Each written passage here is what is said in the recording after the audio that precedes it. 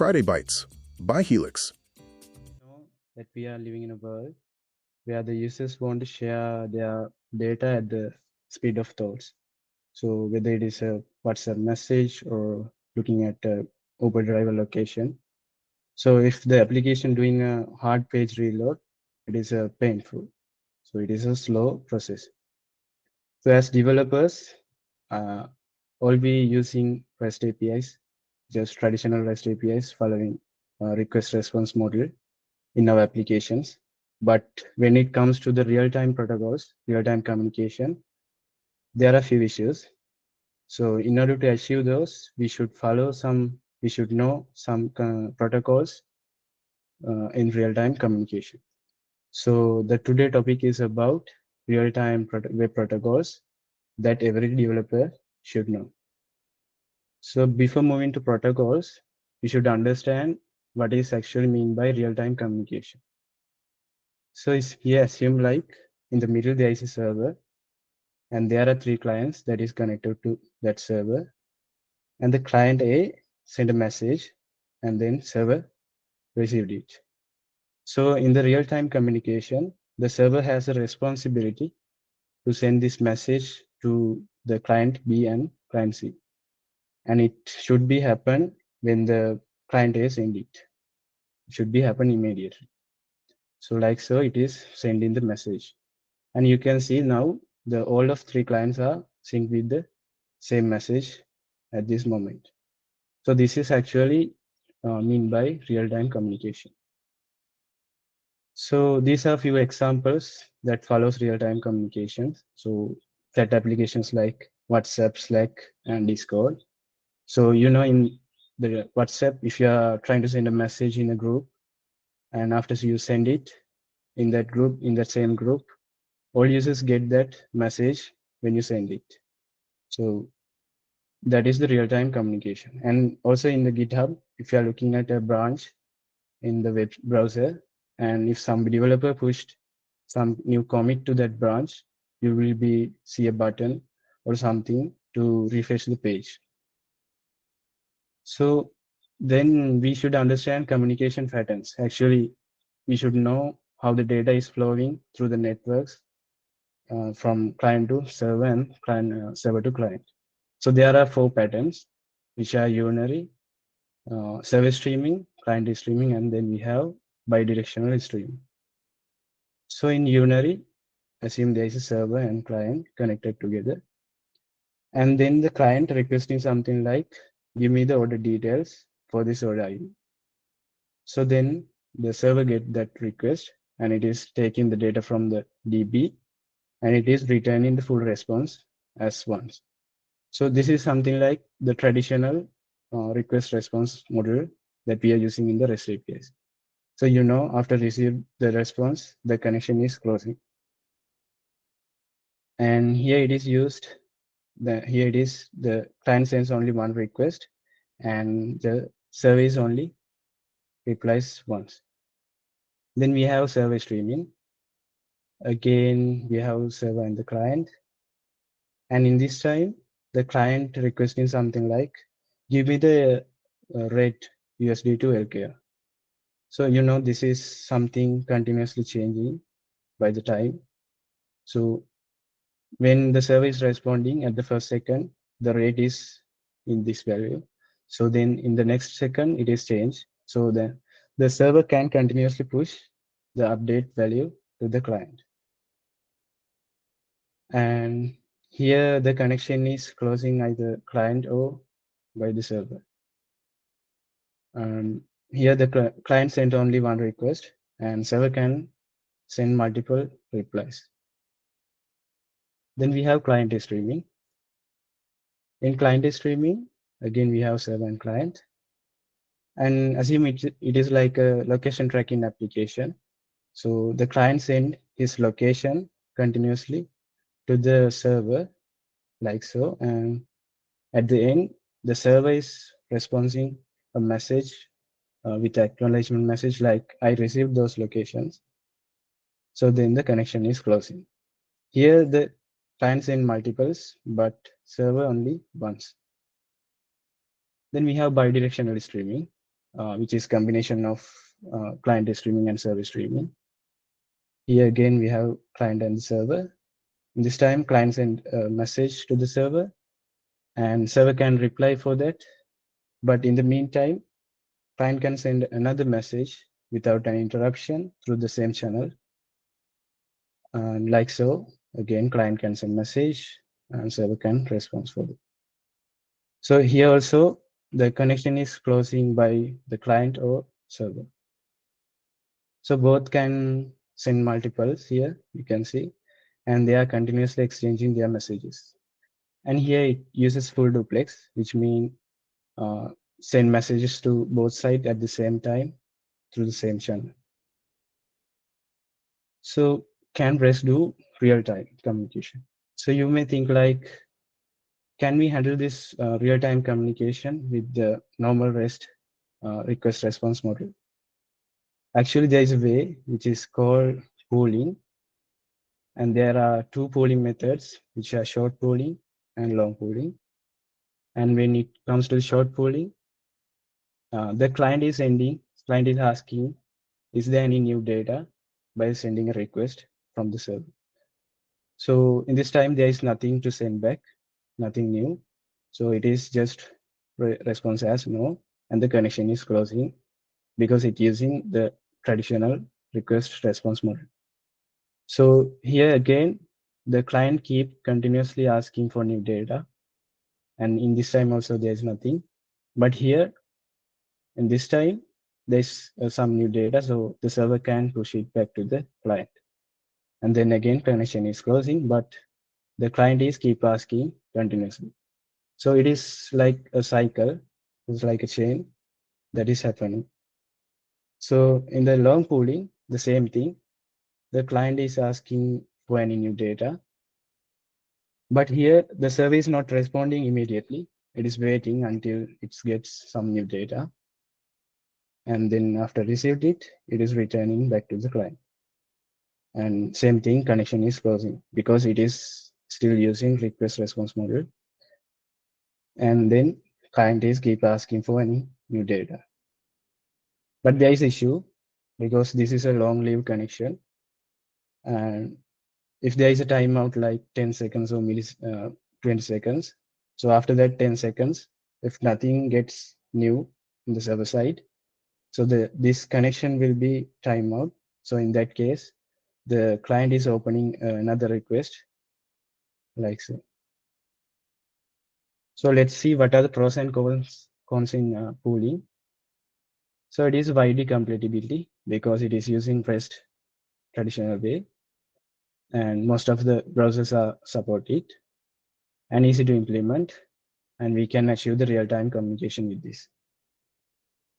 And these are the cons: resources consumption, data latency, and server load. You may notice it is keeps sending too much request at a certain time. So it is wasting the network bandwidth, and it goes to the latency as well. And it uses the server RAM as well and CPU performance as well. So then we have server sent events, which is SSE.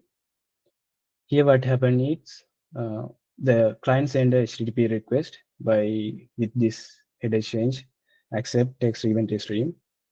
So after and this mean I'm asking a connection that supports event stream. So after receive this request to the server, it is doing a handshake to establish the connection. And after that, it is changing the header again, the content type into event stream and the connection into keep alive. So this means this connection is a long live connection. And then it is creating a tunnel between the client and server. So then the server can push events continuously to the client side. So here it is like price change update. It is pushing to the client side. So these are the pros and cons in here. It is very simple because it is using browser inbuilt event source API, and it is efficient because it is not like pooling. In pooling, remember we had to call a lot of requests. So here it is just one request and one connection. So the server can continuously push events to the client side. And it has another feature, automatic reconnection, which means if some reason the connection is dropped, like network issue or something, it can automatically reconnect back to the SSE. But these are the cons. It supports only text-based data. We can send only text-based data. We can't send any binary or the multimedia data, and it is support only unidirectional communication. You may see the client can only send one request, and after establishing a connection, we can't send any data back to the server side. So these are the examples that uses SSC. Actually, in ChatGPT, it uses SSC. This is how it works. It's take the user query and calling SSC, and in the backend, it is generating the response for that user query, and it is sending events as chunks to the front end, and in the front end, it's combining or binding all text chunks together, and it is showing in the UI.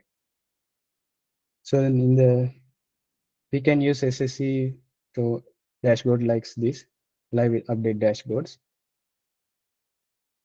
Since we don't have to push anything back to the server, so it is just coming data from the server to client. And then we have WebSockets. In WebSocket also, they are using HTTP to establish the connection. And with this header change, upgrade WebSocket, which means the client is asking, upgrade this connection to WebSocket. So after receive this request from the server, it is doing a handshake and trying to establish the connection. And it is going to change, switching the protocols from HTTP to WebSocket. And it is creating a tunnel. And now we can do a full duplex communication, which means we can send messages to the both sides at the same time through this tunnel. And remember here it is using WebSocket protocol, which is WS, or in the secured version WSS. And these are the pros and cons in WebSocket. So it is low latency, which means it's not like pooling, just one request, one connection, and it is communication through the tunnel. And it supports full duplex and also reduce the server load. And there are compatibility issues. Actually, all of browsers support WebSocket, but there might be some services that is not supported WebSocket. And there is a security risk as well, because this is a long-lived connection, and we can send messages to the server side as well. So there is some security issues. There can be network attacks. And if we don't manage correctly the WebSocket connection, the resources can be exhausted. So these are some examples for WebSockets. In multiplayer games, the WebSockets are using for track play locations and their events, their actions. And in Figma also, they are using WebSocket to track the user cursor and the movement in the dashboard. So next we have gRPC, which is remote procedure calls. So this is introduced by Google in 2016. And this is not just a protocol, it is a framework which is using protocol buffer, or as protobuf, to do the serialization and deserialization. You know that in Spring Boot, we are using, which is, I can't remember the actual. Yeah, it is using JSON format in the normal REST APIs. But here, it is using protobuf, which is converting the data object into binary. Yeah, actually, the Spring Boot, it is using Jackson, but here it is using protobuf. So, the binary format means it is very fast and it is taking less storage. in the header, so which is very fast technology. And in order to use gRPC, we have to create a proto file, which is included details for the data types and what are the service and methods we are going to use through these APIs. And also gRPC uses HTTP2, which is more powerful, and it is support multiplexing and the less header size, and it support streaming. So this is how it works. So between the server and client, it is creating a main long-lived gRPC TCP connection or a tunnel.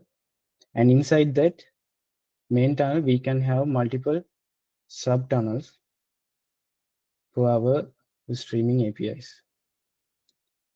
So here it supports all of that communication patterns, which mean unary and service streaming, client streaming, and bidirectional as well. So this is the example of the request header of the gRPC. And in gRPC, in all APIs, it uses post method. And we have to define the path as well, which are defined in the proto file. And we are changing the content type into application/gRPC. So these are the examples that uses gRPC. So in both Netflix and Spotify, they're using the communication between their microservices, this gRPC protocol. So let's compare WebSocket with the gRPC. So in the WebSocket, the protocol it using is HTTP 1.1, and it is converting into WebSocket. But in gRPC, it uses HTTP2, which is more powerful. Then in the WebSocket, the message format it uses is JSON or XML. But here it is using protobuf, which is binary format. And it is very fast, faster than the JSON. So the direction, the WebSocket by default, we are using for bidirectional communication, but still we can use for unary or client streaming or service streaming as well. But the gRPC supports all of our methods, all of our modes. So when it comes to browser support, WebSocket supports all browsers, but the gRPC may not be supporting the browsers because we have to use the gRPC web proxy in order to use gRPC. So, but with that, even we can't get the full potential of gRPC. And you may notice then gRPC is not good at browser with server communication. So in the WebSocket, the header size is high because it is using 1.1 HTTP. And compared to HTTP 1.1, gRPC header size is low because it is using HTTP 2. So then the WebSocket is best for front-end applications like online chat applications and online games. But the gRPC is best for the backend microservice communication. So as a summary, today we learn what is really real-time communication means and what are the communication patterns and few real-time protocols like HTTP pooling, SSC, and WebSocket, then gRPC. So we understood what are the pros and cons in each other and when to use. So there are a few more protocols. I'm not going to talk about those today. So WebRTC, webhooks, and MQTT. So if you have interest, you can learn on this as well. So that is the end of my session. Thank you so much for your time.